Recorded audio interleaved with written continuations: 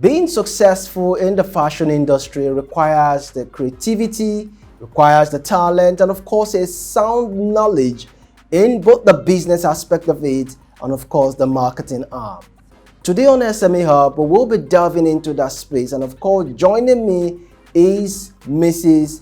Olayinka Bode Folashade. She is the CEO Design Lapel Limited. Thank you so much for joining us. Thank you, Mr. Josh. All right, so get to talk to us about the intricacies of this business. But first of all, how long have you been in the private practice? Yes, I started as a business woman in fashion industry about 5 years ago. Okay, so talk to us about the creative aspect of it in terms of conceptualizing your design, the area of marketing. How do you market your product? Do you use social media? Do you do on a one-on-one basis or through referral? And of course, the business aspect of it. Okay, most of my work has been on referral. Okay. And I do one-on-one. I actually had someone managing my business, my social media, but Nigerian thing, the person stopped working. So I do one-on-one and mostly on referral. People refer me to their friends, to neighbors, and that's how I've been working for now. Okay, so basically you're not on social media Not big time when now. it comes to Yes. advertising your Yes. goods and No, services. no. Okay, but then talk to us about the experience thus far, because you're now relying more on a one-on-one basis and of course referral. So how has the experience been like for you? It's really been, I won't say it's a failure, it's a progress. We are in the process, and because Nigeria is just going online, so I'm using that, I'm leveraging on that, you understand, to do one-on-one. Like I contact people on my contacts, on my phone contacts. I talk to them, I show them what I do, then I send pictures on my WhatsApp especially to showcase what and what we've done, maybe in a week or for a client. That's how I've been doing it for now. Then at times I have to go extra miles to go to the person, especially when I see you in an occasion, in a gathering. I get to you, I like what you're wearing, and I can make something like this if you can try me. So I do that too, just to add more to my clients. So how's the experience been? Yes, people, it's really hard for you to gain trust. But with the work I've done and with the people who have been able to refer me, I've been able to gain more ground in fashion industry. Good, because I love that part where you said talking about trust is really difficult, and especially for one who has never given you any fabric or apparel to sew before. There is this issue of trust deficit, because obviously what is the likelihood that if I give you my clothes to sew for me, you're going to deliver exactly the way I want it, because obviously you are already aware of the issue of what I ordered for versus what I got. So sometimes one can just see a design and then say, okay, madam, do you think you can do this for me? And you assure the person, yes, you can. And eventually the person trusts you with everything, resources and the material. Eventually it turns out the other way. Have you had that kind of experience before? Well, I don't think I have. Well, I have this issue with few customers, like a plus size woman, we want the same, the size, we bring a size 6 design and want it to be on her exactly the way it is. So what I do is I explain to them that, you see, it's going to look like this, but it's not going to look exactly like that. And in Nigerians, we have different shapes, especially the women. So I make sure I explain to them the shapes of the women. I have pictures of them. I went online to get them. So I showed them, if this is your shape, you can't actually get this style done the same way it is on maybe a hair shape and you are C shape. So I try to explain to them. And another challenge I have with customers is that, like what I'm wearing now, they can bring it to me. I like to, for me, this is somebody's design. So I'm not going to make it the same way. I will add a few things to it just to give it my own signature. Yeah. You understand? My own uniqueness. And that is what I do. And I explain to them. So I tell them from the onset, I'm going to make like this, but will you just allow me to just put some efficacy? That's what we call it. So I do that a lot. All right, so you talked about, requesting your customers if you could add one or two details, like what you call a fizzy, would makes it look more different from the usual, more like your own signature, as you said. Now that brings me to the next question. When one talks about design lapel, what comes to their mind, especially when it comes to your niche? What we do in design lapel is make elegant, classy wears, which is corporate casuals. It's not really casual.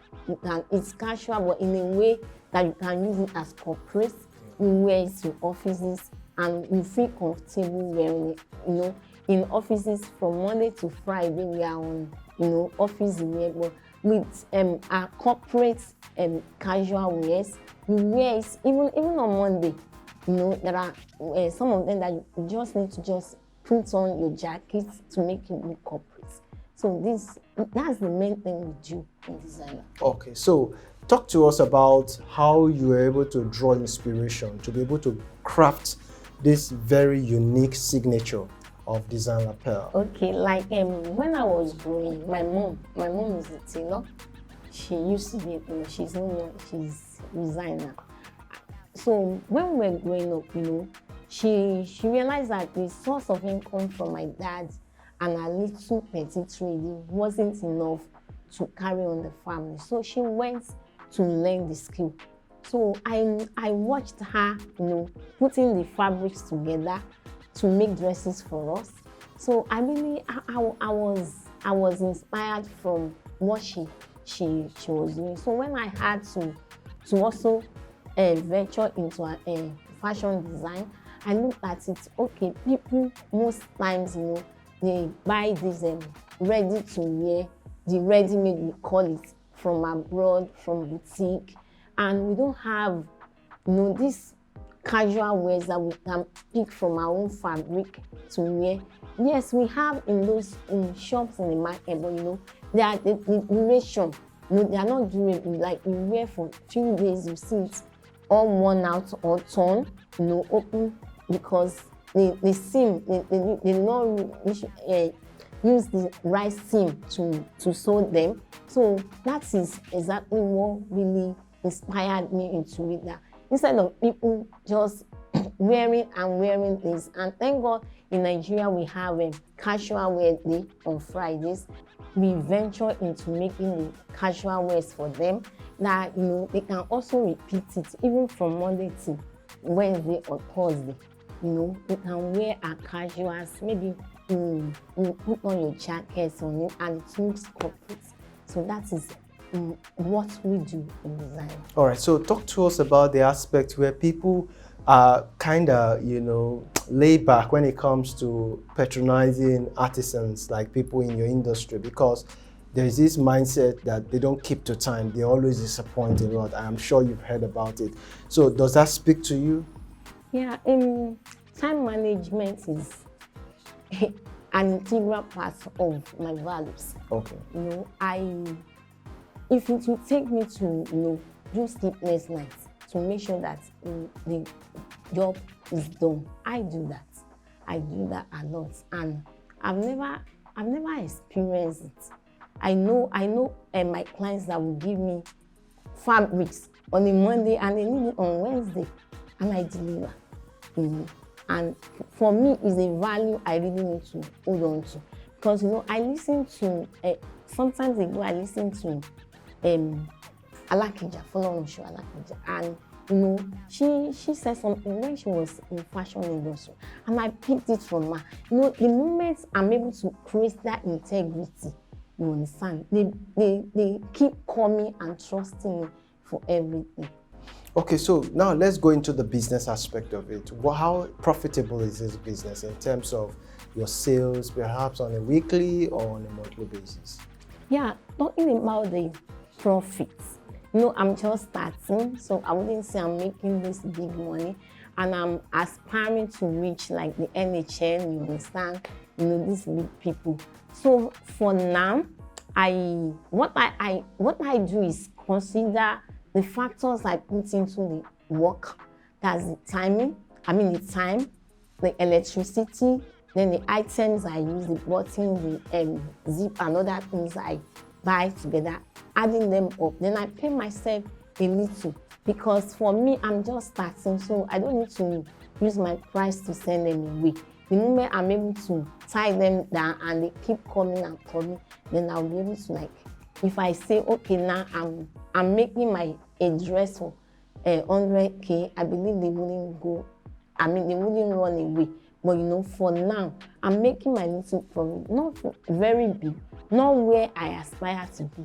Let's go into Naira and Kobo right now. So on an average, how much does your clothes or your apparel that you sew cost? Okay, on average, I have like about 15. I have 10. Okay, let's say an average, I have 10. Okay, because I have dresses of 15, I have less than 15. So on average is 10,000 naira. Okay, so where do you source your materials from? Is it within the state here in Lagos State, or you go outside sometimes? Okay, I source the major items, sewing materials from Oshodi. But you know, there are some materials I really need to do shoppings for. Like I go to Yaba, I go to Island to just get my I like using unique fabrics that when you see them, I remember them saying, where did you get this from? You know, that's one thing I really like. I really want them to search and search before they can get what I use for I don't use the common ones. So I go as far as, do shoppings in Yaba, Teju shoe markets and Island. Okay, so has there been any worst moment in this business? If there is, please can you share experience? Yes, there has been worst moments. Has been worst. I remember there was a time I was done with my dress, and I was about to deliver. And I feel like let me just put the finishing touches on it. While I was ironing, the dress got burnt. Wow. It was really a terrible situation because if it were to be somewhere I would have patched, it would have been better. But it's an obvious part of the dress that there's nothing I can even put on that place that will make it look like a design. So I had to start all over again. And I remember another time that upon delivering a dress for my clients, getting to the house to fit, I realized that she has, grown bigger. So thank God, when you buy the ready-made, like I said, the ready-made, those ones, you don't see much allowances. For that, I will say is a kudos to anyone that sew and puts allowance, because that's what really helped me. Then I had to increase the sideways, then introduce something so that she will have this ease when near me. I have moments. All right, so talk to us about your best moment, because for every worst moment, there are moments of joy that you want to, fall back on in terms of encouraging yourself. So what are some of those best moments in this business? Yes, I remember my best moment was when the first time I was a client from Canada, and upon delivering, she sent these good recommendations. I was so happy. No, not that she added anything to the price, but for her, she sent the measurement, and for me to get it for her, and she was happy. I won't like to give myself a special treat For that, I was so happy because it's one of the best moments I've ever had, and I still look forward to have more of that. All right, so final words, what would you be advising those who might want to do this kind of business that you are in the future? Well, I would tell them that people say passion. Yes, you might have a passion, but if you're not determined, you may not be able to carry it on. Determination is number one. For me, determination, because like at times I have moments that are very worse, and because I'm determined to just keep going. So I would say determination, and they should be focused. They should set their goals and face it. Just focus on the goals and keep strategizing on how to achieve their goals. With that, they are good to go. Thank you so much, Folashade, for sharing your thoughts with us on the show today. Thank you, Mr. Joshua. All right, that's our offering for you today on the show. We do appreciate you for watching. You can follow us on all our socials at iBrandTV. Till we come your way, same time. My name is Joshua Carter. I'll see you next time. Bye for now.